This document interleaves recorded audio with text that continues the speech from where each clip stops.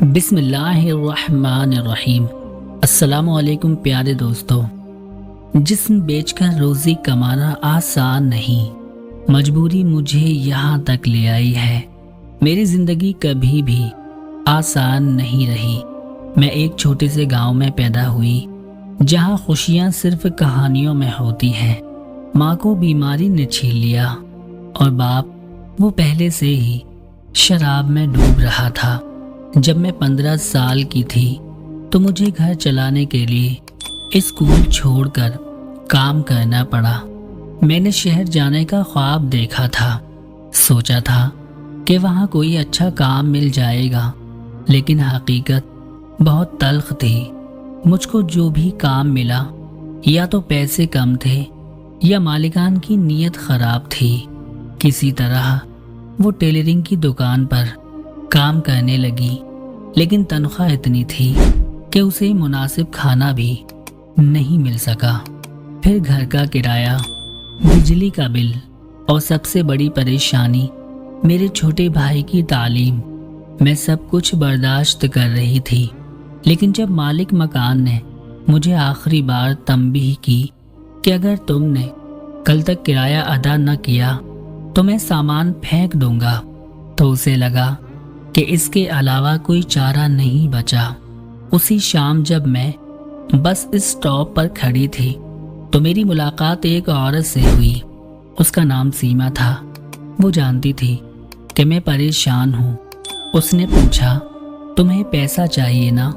ایک طریقہ ہے، تمہیں صرف ایک رات کسی کے ساتھ گزارنی ہے۔ میں نے نفرت محسوس کی اور غصہ بھی ہوئی، لیکن جب وہ گھر واپس آئی تو اس نے خالی برتن اور ایک روتا ہوا بھائی دیکھا۔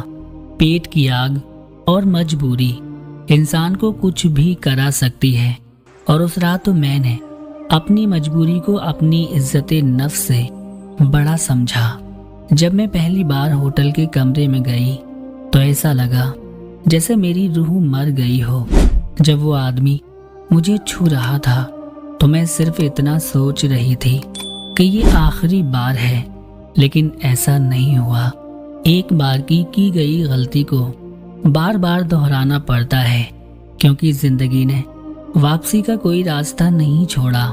جب بھی میں کسی اجنبی کے ساتھ ہوتی تھی مجھے اندر سے گھٹن محسوس ہوتی تھی، لیکن جب صبح میرے ہاتھ میں پیسے آتے اور اپنے بھائی کو کھانا کھلاتی اور پڑھاتی تو مجھے لگنے لگا کہ شاید یہی میرا مقدر ہے۔ وقت گزرتا گیا، میرے بھائی نے اپنی پڑھائی مکمل کر لی اور کام شروع کر دیا۔ اس دن اس نے مجھ سے پوچھا، بہن تم نے اتنے سال کیسے گزارے؟ میں اس کی آنکھوں میں نہیں دیکھ سکتی تھی، بس مسکرا کر بولی، بس شاید اپنا سب کچھ قربان کر کے، اور شاید یہی میری جیت تھی یا میری سب سے بڑی ہار۔ آج میں اپنے آپ کو معاف کرنے کے قابل نہیں ہوں، لیکن اس دنیا میں زندہ رہنے کے لیے کچھ لوگوں کو خود کو کھونا پڑتا ہے، اور میں ان میں سے ایک ہوں۔